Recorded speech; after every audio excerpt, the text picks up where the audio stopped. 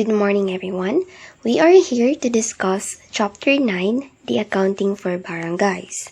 The group members are Dadang John Ryan, Miasco Hezil, Villaseran Sim, and yours truly, Florence Ann Sermasan. So fasten your seatbelt and let's start. So first, we'll discuss about the fundamental principles. The financial transactions and operations of the barangay shall be in accordance with the following legal provisions or fundamental principles. Number 1. No money shall be paid out of the local treasury except in pursuance of an appropriation ordinance or law. 2. Local government funds and monies shall be spent solely for public purposes. 3. No public money or property shall be appropriated or applied for religious or private purposes. 4. Disbursements or dispositions of government funds or property shall invariably bear the approval of the proper officials. 5. All claims against government funds shall be supported with complete documentation. 6. Local revenues are generated only from sources expressly authorized by law or ordinance, and collections thereof shall at all times be acknowledged properly. 7. All monies officially received by a local government officer in any capacity or on any occasion shall be accounted for a local funds unless otherwise provided by law. 8. All collections shall be deposited intact with Government Depository Bank or other authorized depository bank for the account of the barangay, except those collections to be remitted to the city or municipal treasurer. 9. Trust funds in the local treasury shall be paid out only for the purpose for which the trust was created or the funds received. 10. Fiscal responsibility shall be shared by all those exercising authority over the financial affairs, transactions, and operations of the barangays. And lastly, every officer of the barangay whose duties permit or require the possession or custody of local funds shall be bonded, and such officer shall be accountable and responsible for the said funds and for the safekeeping thereof in conformity with the provisions of the law. Next, we'll discuss about the general accounting policies. So, accounting and related procedures to be observed for barangay financial transactions shall be in accordance with the following policies and guidelines. First, for the accounting method. Modified accrual accounting is adopted. Under this method, income shall be recognized when earned, except when use of accrual basis is impractical or when other methods are required by law, and expenses shall be recognized when incurred irrespective of time of payment. Income and expenses shall be reported in the financial statements in the period in which they relate. Next, for the books of accounts. Barangay books of accounts shall consist of general journal, general ledgers, and subsidiary ledgers. These shall be kept in the office of the city or municipal accountant. Third, for the processing and recording of transactions. Processing of barangay transactions shall be done at the barangay level. For the barangay chart of accounts, the COA Circular 2013-002 dated January 30, 2013 provides the revised chart of accounts for national government agencies only. Thus, pending the new circulars and chart of accounts for barangays, the new government accounting system, charts of accounts shall be adopted. For the financial expenses, such as internet expenses, bank charges, etc., shall be separately classified from maintenance and other operating expenses. For the petty cash fund, shall be maintained under the imprest system and shall not be used for payment of regular expenses. The balance of the PCF shall not be closed at the end of the year. The amount of PCF shall be determined by Sangguniang Barangay, but not to exceed 20% of the funds available unto the credit of the barangay treasurer. For the cash advances, for payment of personal services shall be accounted for as payroll fund, while cash advance granted for travel and other special time-bound undertaking shall be accounted for as advances to officers and employees.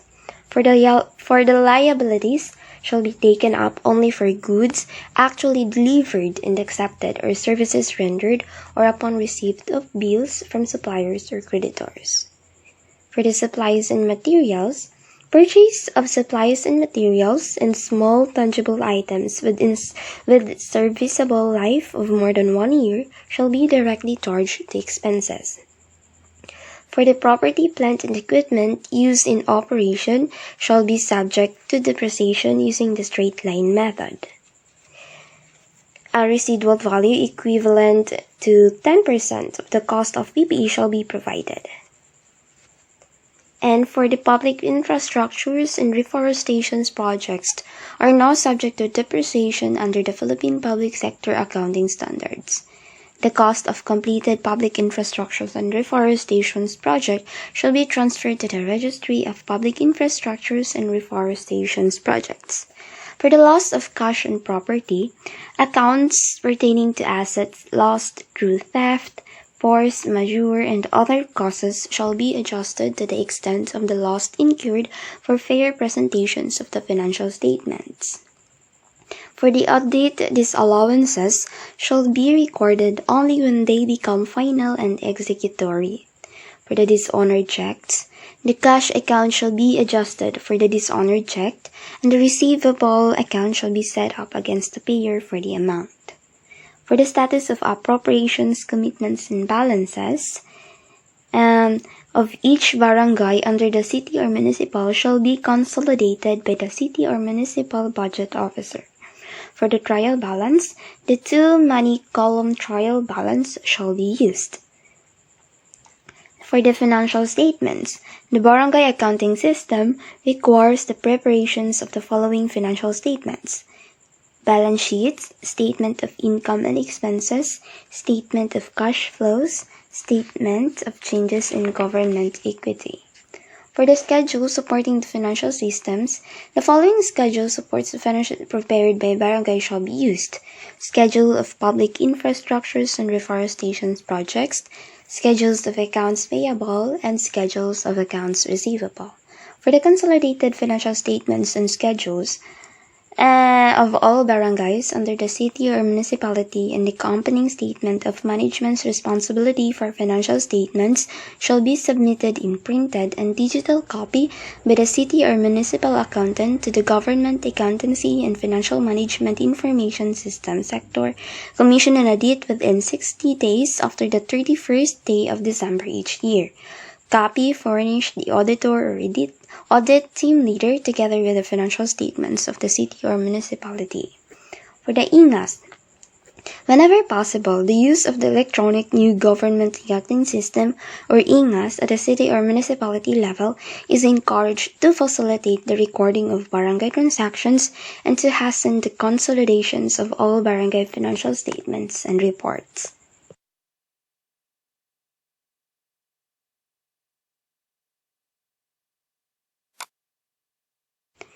The Barangay Accounting System plan shows the accounting flow of barangay transactions in the books maintained by the city or municipal accountant.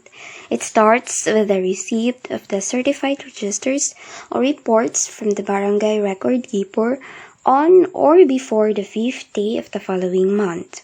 The recording of the barangay financial transactions in the books of the original and final entry, and the ultimate conversions into financial information as presented in the financial statements. The barangay accounting plan consists the following major types of transactions. First, we have the appropriations and commitments. Appropriations are amounts in the annual or supplemental budget that are authorized by the sanggunian or legislative body to be obligated or spent for the undertaking of a particular function, program, activity, or project, for which services have been rendered or goods delivered. For the commitments, synonymous with obligations, or amounts earmarked by the barangay, arising from an act of a duly authorized official, which binds the barangay to the immediate or eventual payment of a sum of money. Next, we have the collections and deposits. So receipts represent all collections in form of cash and checks received by the barangay for a given period, such as share in national taxes and revenues, barangay fees and taxes, other fees and charges, and other sources. Deposits represents money or its equivalent received by the bank for safekeeping and for credit checking, savings, or time deposits account of an agency. Next, we have disbursements.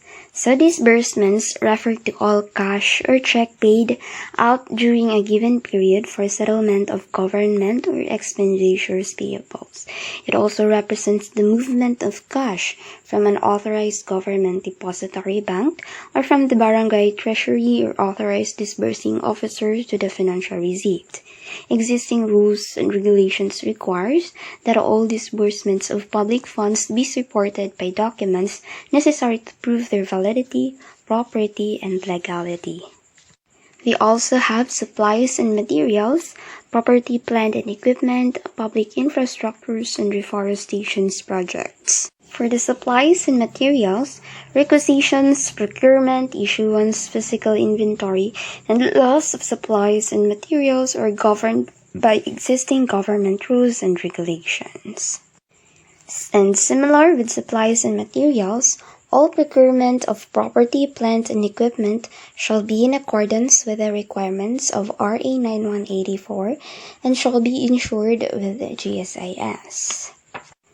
Infrastructure projects, which are constructed for public use and not for the exclusive use of barangays, such as roads, parks, plazas, bridges, monuments, etc., shall be classified as public infrastructure projects, while marshlands or swamplands shall be classified as reforestation projects.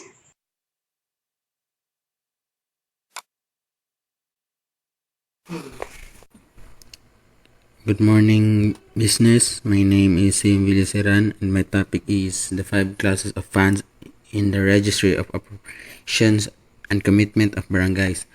First is the General Fund. A General Fund is the primary fund used by a government entity.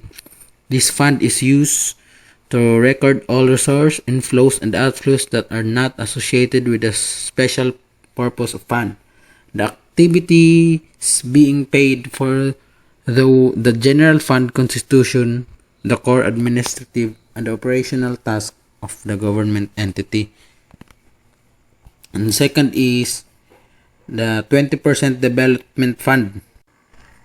So this 20 development fund is the barangay development projects are para sa socio-economic development projects geared towards the provision of farm to market roads, health centers, so the development of the barangays, for example sa basketballan.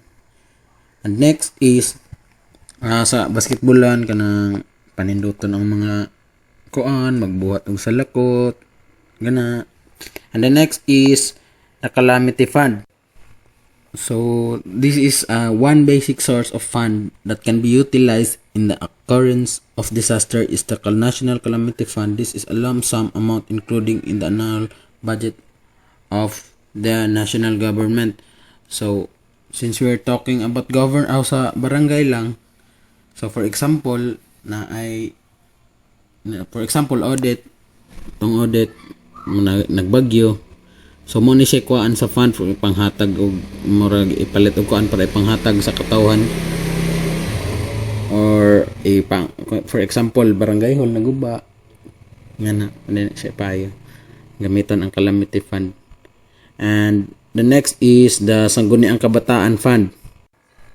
So Sangguniang Kabataan Fund which is the SK hold fundraising activities which are in line with the comprehensive barangay youth development plan, the proceeds of which shall be tax exempt and shall accrue the general fund of the Sangguniang Kabataan, provided, however, that in the appropriation thereof, the specific purpose for which such activity has been held shall be first satisfied, provided further than any appropriation thereof shall be in accordance with existing applicable budget, accounting, and auditing rules and regulation. For example, ana is mag-held og basketball ang SK tournaments.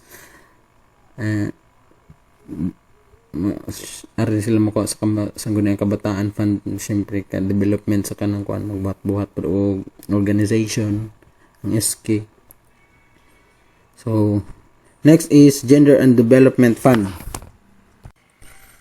So this is a fund to promote gender equality and woman empowerment. And next is the basic requirements applicable to all classes of barangays disbursements. First is existence of appropriation sufficient to cover the expenses. Next is the legality of the expenses and conformity with rules and regulation, and the approval of the expenses by the punong barangay, which is the barangay captain. Submission of all documentary evidence to establish the validity of the expenses. These are the basic requirements applicable to all classes of barangays disbursement. Lastly, register that shall be maintained for barangay disbursement. So these are the mga buhatonon. First is check disbursement register. Second is petty cash fund register. Third is cash disbursement register, and fourth is the cash on hand and in bank register. So that would be all. Thank you. Good morning, everyone. So now we have here the modes of disbursement. So modes of disbursements kay classified siya into two. We have the by cash and by checks. So the disbursement by checks and in cash kay siya, shall be recorded in the books through a journal entry voucher based sa certified check disbursements register and cash disbursements register submitted by the barangay record keeper to the city or the municipal accountant on or before the 5th day of the following month. Now, as for the disbursements by check, ang commercial check for disbursement is covered siya by deposit with the authorized government depository banks. Now, the check kay dapat siya ma-sign sa barangay treasurer and i-countersign siya sa punong barangay. All checks issued, including katong mga canceled checks, shall be recorded on daily basis by the barangay treasurer in correct numerical sequence in the summary of checks issued and the cash in hand and in bank register. Now, the summary of checks issued shall be submitted to the barangay record keeper weekly. So, mo to siya iyahang covered so by checks in terms of the disbursements. Now, as for the disbursements by cash, it's through barangay treasurer or accountable officer. There are three ways. It could be of the cash advance for salaries, honoraria, and allowances, the cash advance for travel and special purpose or time-bound undertakings, or cash advance for petty cash. Now, for the cash advance for salaries or honoraria and allowances, kani is given to siya sa barangay treasurer or accountable officer, and it shall be used solely para lang sa bayad sa salaries, honoraria, and other allowances due to the barangay officials and employees. The cash advance shall not be used for encashment of checks or for liquidation sa previous cash advances. Thus, ang katong succeeding cash advance kay mag-grant lang siya only after full liquidation of the previous cash advance. Ito siya. And then sa cash advance for travel and special purpose or time-bound undertaking, so the grant of this cash advance whether local or foreign travel, shall be covered by COA Circular Number 96004 and AO Number 298 as amended. So liquidation of cash advance for local travel shall be done within 30 days and 60 days for foreign travel upon return to the official station, and supported by approved travel order and itinerary of travel, plane or bus tickets, or its equivalent, other official receipts, certificate of appearance, and liquidation report. And then sa cash advance for petty cash, the barangay treasurer or petty cash fund custodian may be authorized by the sangguniang barangay to hold a petty cash amount that is sufficient to cover the recurring petty expenses of the barangay but not to exceed 20% of the funds available and to the credit of the barangay treasurer, provided that such accountable officer shall be subject to the bonding requirements. The petty cash fund kay maintain na siya using impress system, meaning it shall be replenished as soon as the disbursements reach 75% or as needed, and all paid petty cash vouchers shall be reported in the summary of paid petty cash vouchers to be certified by the petty cash fund custodian. And at the year end, any unreplenished expenses shall be reported to the barangay record keeper for submission to the city or municipal accountant for recording in the books on or before the 5th day of January of the following year.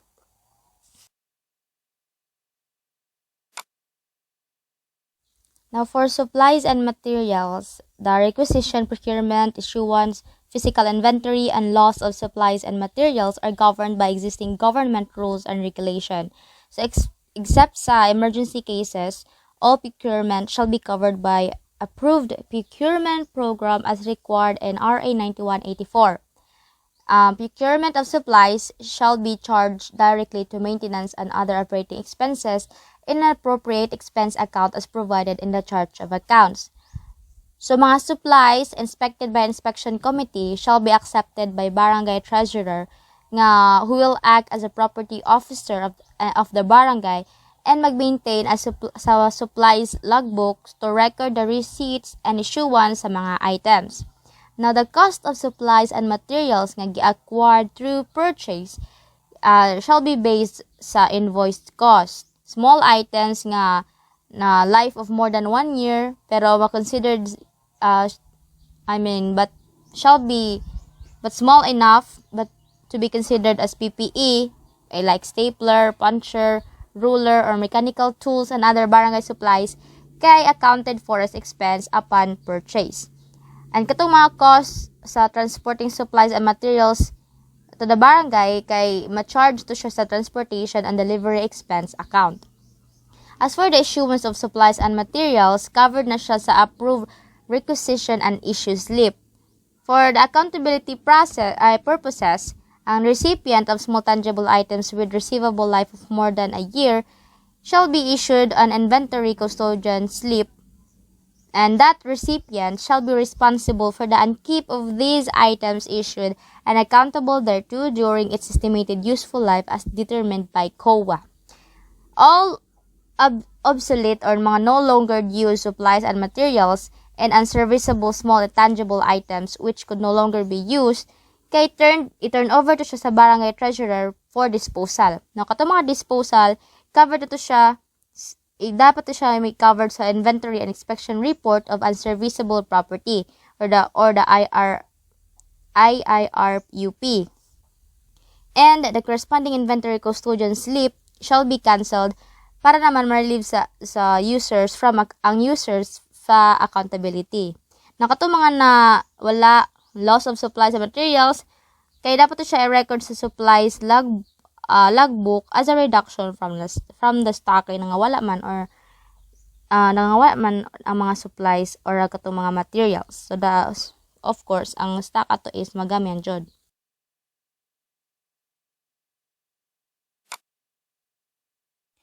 So, the property plan and equipment, public infrastructure, or reforestation project, similar na siya with the supplies and materials nga, tanang procurement in terms na sa PPE shall be in accordance with the requirements of RA 9184 and shall be insured with GSIS.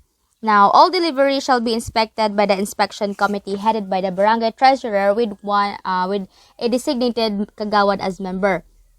And sila may mag-accept ato, and the one who we shall accept ato is the barangay treasurer, whom will act as a property officer of the barangay.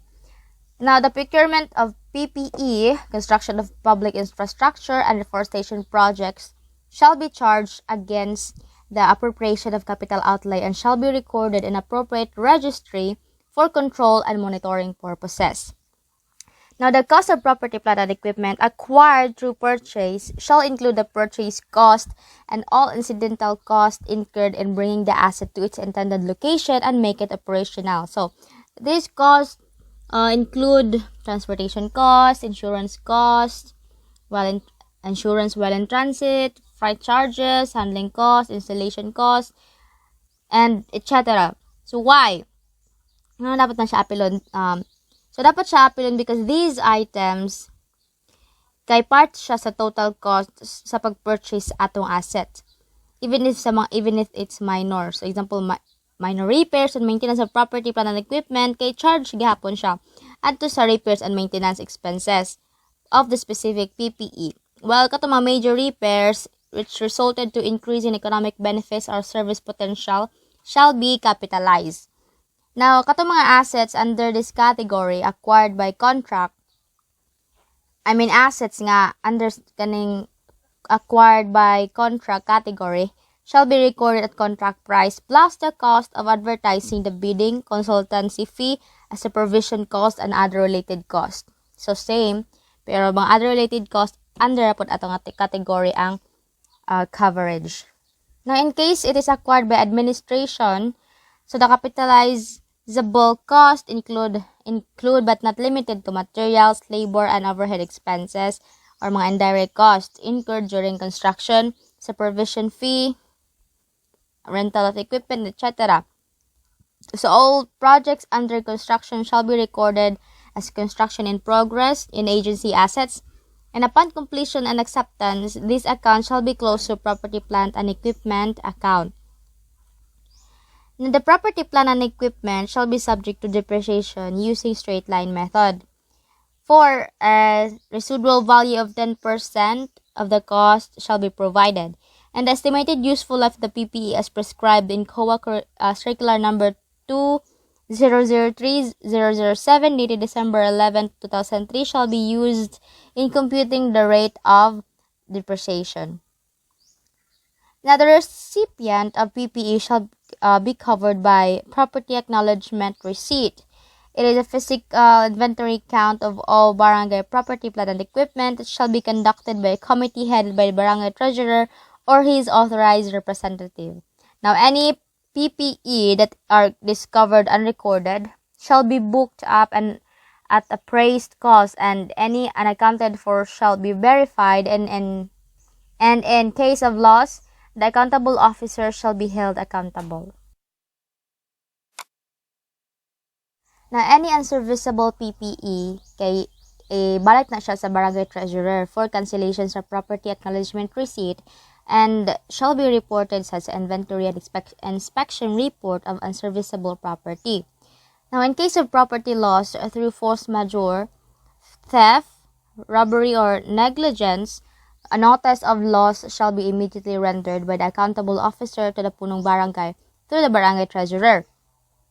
And upon the discovery of loss, police authorities and auditors shall be notified by the accountable officer, and a request for relief from property accountability shall be submitted to the COA through the punong barangay within a period of 30 days. So, accountability for the lost property shall be computed at sound value. So, it is a replacement cost less accumulated depreciation on replacement cost. Because fully depreciated property, plant, and equipment which are still in use operation, it shall remain in the books for balance sheet presentation purposes. While property, plant, and equipment which are not being used in operation, including those for disposal, classified to siya as other assets and shall not be subject to depreciation. Now, infrastructure projects which are constructed for public use and not for exclusive use of the barangay, so these are roads, parks, plazas, bridges, monument, etc. So it shall be classified as public infrastructure projects. Wag katong mga marshland or swampland, it shall be classified as reforestation projects. Now, the cost of the projects and cumulative cost of repairs and maintenance shall be recorded separately in the appropriate registries. For example, Registry of Public Infrastructures in the segment of roads, highways, and bridges, or it can be Registry of Public Infrastructures in a segment of park, plazas, and monuments, or in a Registry of Reforestation Projects. Now, all these projects under construction shall be recorded under the construction in progress segment of public infrastructures and reforestation projects accounts. And upon the completion of projects, it shall be transferred to specific public infrastructures and reforestation projects accounts. And completed public infrastructures and reforestation projects during the year, okay, transferred to siya sa appropriate registry of public infrastructures and reforestation projects at year end, where ang katong cost og iyang cumulative cost of repairs and maintenance kay i-monitored. And the repairs and maintenance shall be charged as appropriate repairs and maintenance expense account of that specific project. And all public infrastructures and reforestation projects shall now subject to depreciation under the Philippine Public Sector and Accounting Standards. And the total cost of each public infrastructures and reforestation projects kay disclosed to siya sa notes to financial statements. Now we have this trial balance and adjusting or closing entries. The trial balance, so muna siya ang list of accounts with balances in the general ledger. So kaning trial balance, it is prepared to check the equality of the debit and credit balances of all the general ledger accounts as of a given period and to serve as basis for the preparation of financial statements. Now the trial balance has two types. We have the pre-closing trial balance and the post-closing trial balance.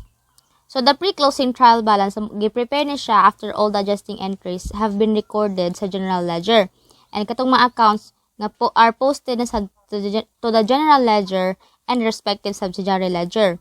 Well, ang kaning post-closing trial balance, prepared ni siya at the year end after all the closing journal entries have been recorded in the general journal and the accounts are posted na sa general ledger. So, kaning trial balance, it shall be prepared in 4 copies and shall be submitted within 30 days after the close of each month.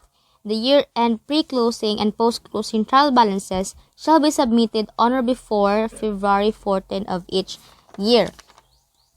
Now, the adjusting journal entry, so prior to the preparation sa pre-closing trial balance, adjusting journal entries shall be prepared para ma-recognize ang mga revenues and expenses nga na-earned o mga na-incurred during the period pero wala pa ma-record. Depreciation shall be taken off monthly. While ang kaning closing journal entries, this journal entry shall be prepared to close the balances of all the nominal, intermediate accounts at the end of the year prior to the preparation of the post-closing trial balance and the generation of financial statements.